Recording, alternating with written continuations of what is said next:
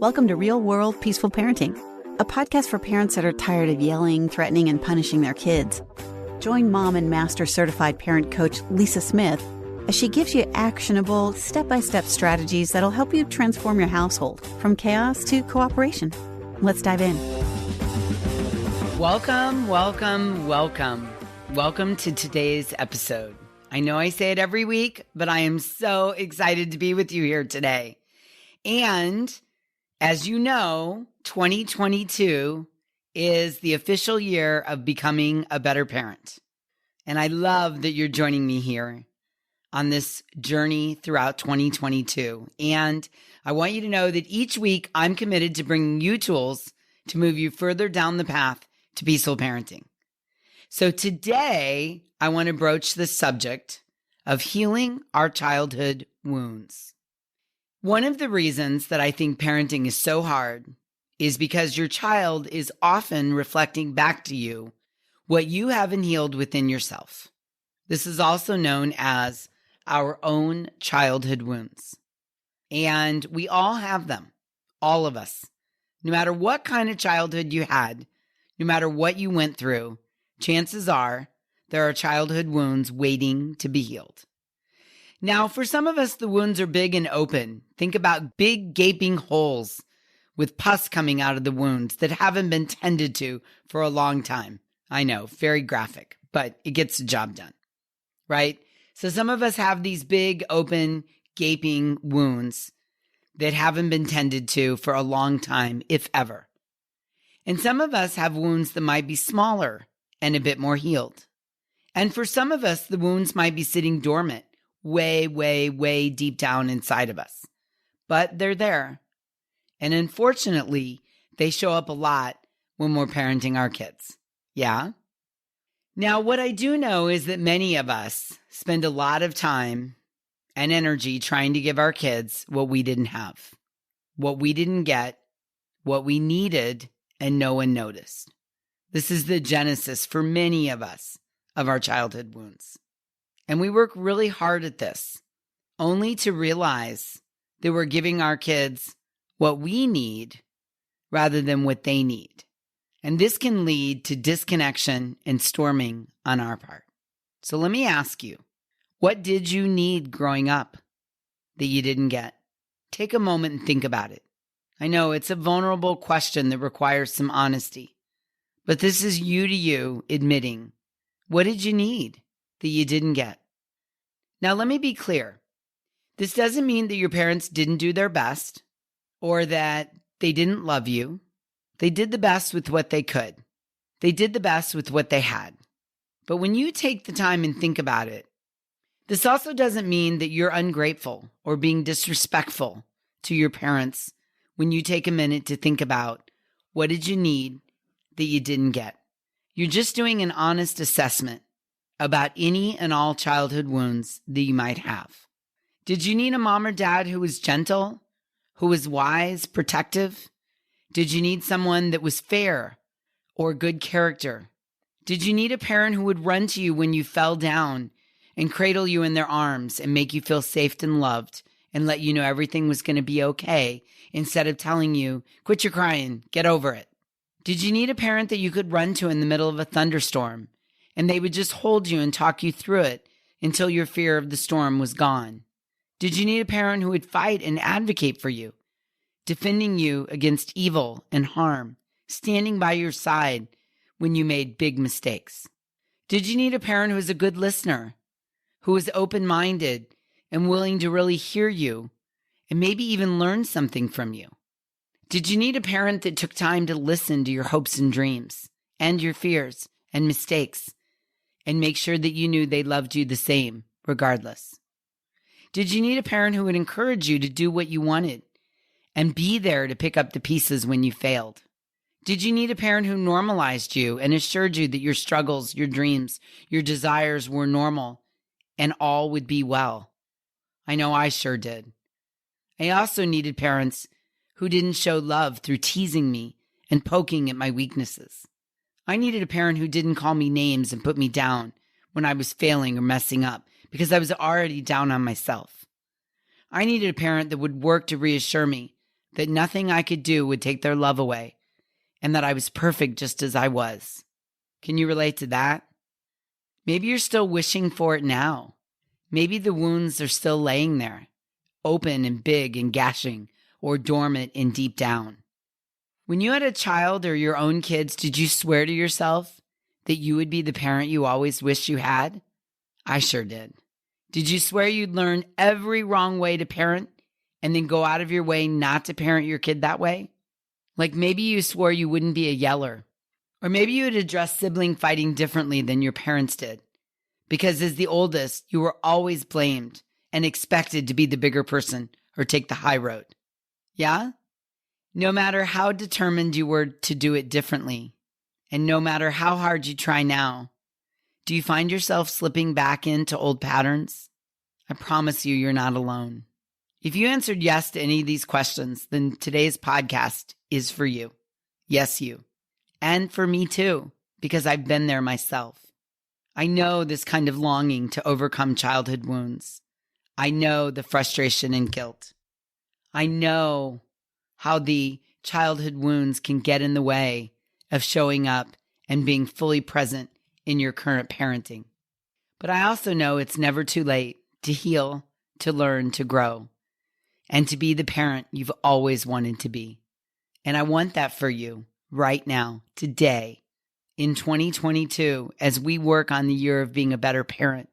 This can often be one of the critical components to improving our parenting.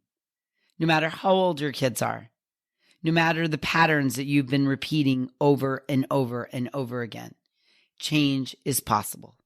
And I know because I've done a lot of personal work in this area over many years. I mean, honestly, I could teach a whole week in-person conference, workshop, or seminar on this. But for right now, today, I want to just give you some tools that help you, that keep you tuning in, keep you doing the work, and change the trajectory of your parenting in 2022, in the year of being a better parent.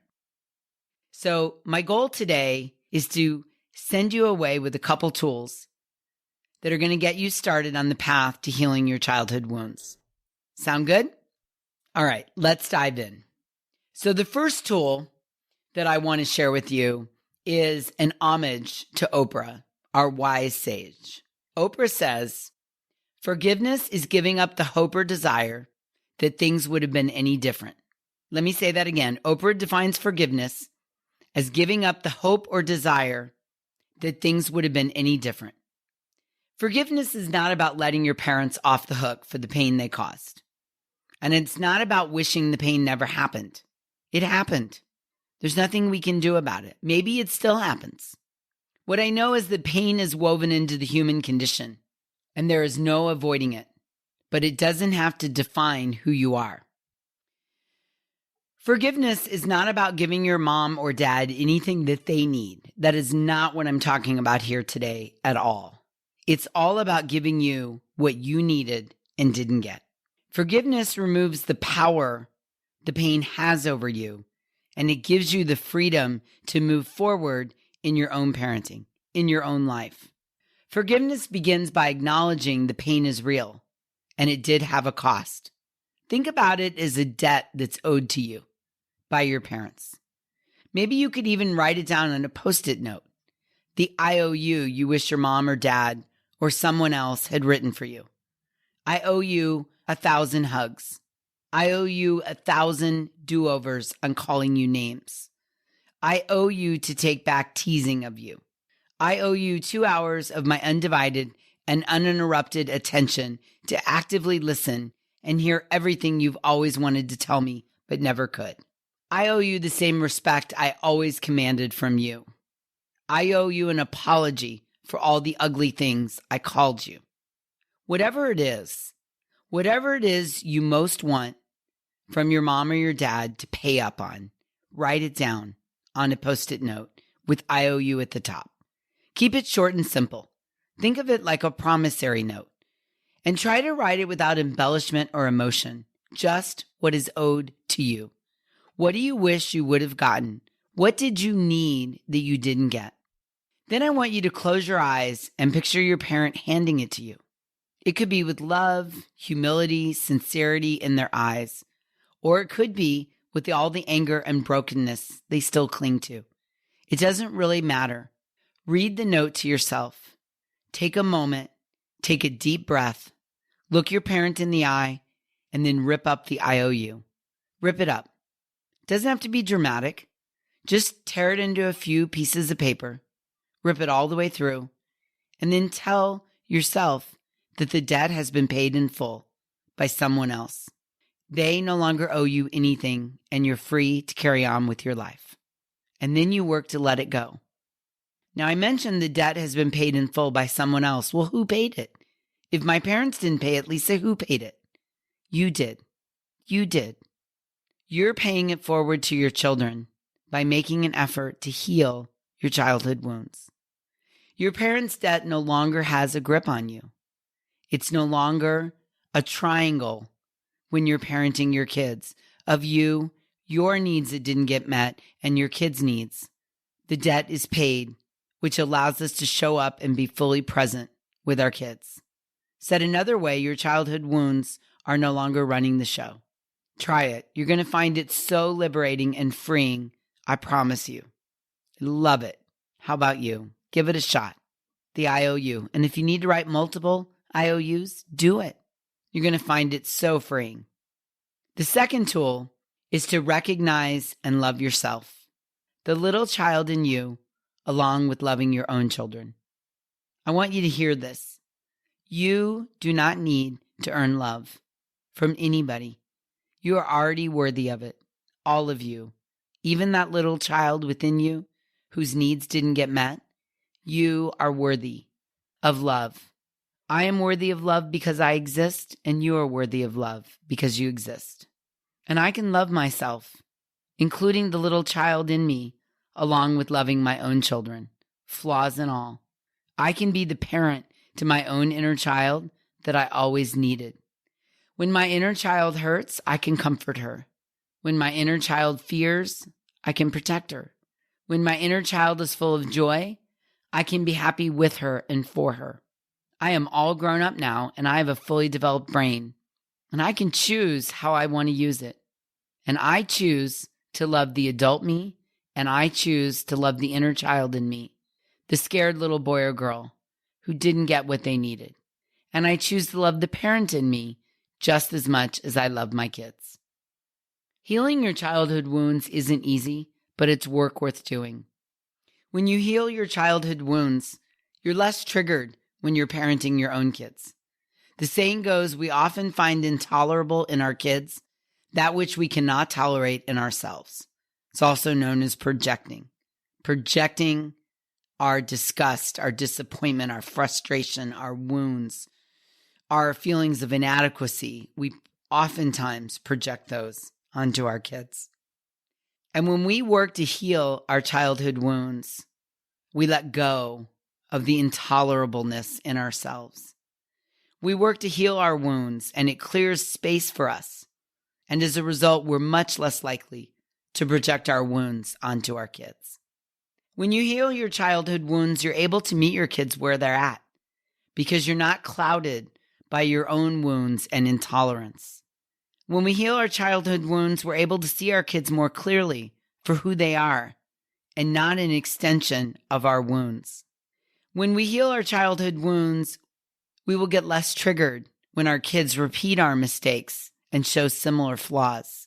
When we heal our childhood wounds, we're less likely to go to fear and anger when parenting because events of our own childhoods sometimes trigger us into parenting from a place of fear and anger. When we heal our childhood wounds, we're able to let go of the parenting patterns and habits we were exposed to as kids and consciously decide how we want to parent our kids. I like to say this is the part where we point our family in a new trajectory. I want to say this again because I think it's so important.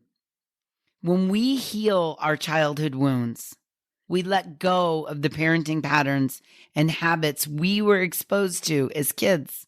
And that frees us up to consciously decide how we want to parent our kids, which points our family for generations to come in a new trajectory. Oh, I want that for every single one of you. I want it for you. I want it for your kids. I want it for your grandkids. Ugh. When we heal our childhood wounds, we're more likely to stay calm and regulated when parenting and be fully present with our kids, which, as we know, leads to more connection and more cooperation, which feels amazing. Yeah? When we heal our childhood wounds, our kids will feel more seen, heard, and valued because our own childhood won't be in the room taking up energy and space. And finally, when we heal our childhood wounds, we become more aware, more healthy, and more present. Our brain practices regulation and empathy, which increases our emotional intelligence. And ding, ding, ding, ding, ding, we model all of that for our kids. More aware, more healthy, more present, more regulation, more empathy, which ultimately points our family in a new trajectory. I want that for you, don't you? It increases our emotional intelligence. Let me say that again. When you heal your childhood wounds, you increase your emotional intelligence and you model that for your children. It's a beautiful gift we give our kids. Beautiful. So good, right? So listen, if this episode really spoke to you today and you want to dive deeper into this, you want to know more, you want to help heal your wounds so you can show up and be fully present, then I want you to come check out The Hive. The Hive is a one-of-its-kind community that serves parents who want ongoing support with parenting. It's designed to help you take small steps in your peaceful parenting journey that bring you exponentially closer to the deep connection you've always wanted with your child. And one of the ways we do that in The Hive is we heal our childhood wounds. If that speaks to you and you're interested, I want you to go check it out and get all the details at thehivecoaching.com. That's THE, The Hive, HIVE, coaching, COACHING, no spaces, thehivecoaching.com. And I want to close today by honoring you and the work you're doing. Whether it's figuring out how to stay regulated, getting comfortable being uncomfortable, or healing your childhood wounds, the work you're doing makes a difference for you, for your kids, for your family. The work you're doing puts you on the path to peaceful parenting and creates connection between you and your kids. And I am so proud of you for doing this work and truly honored to be your guide on this journey. I love it and I love you. Until we meet again, I'm wishing you peaceful parenting. Thanks for listening to Real World Peaceful Parenting. If you want more info on how you can transform your parenting, visit thepeacefulparent.com. See you soon.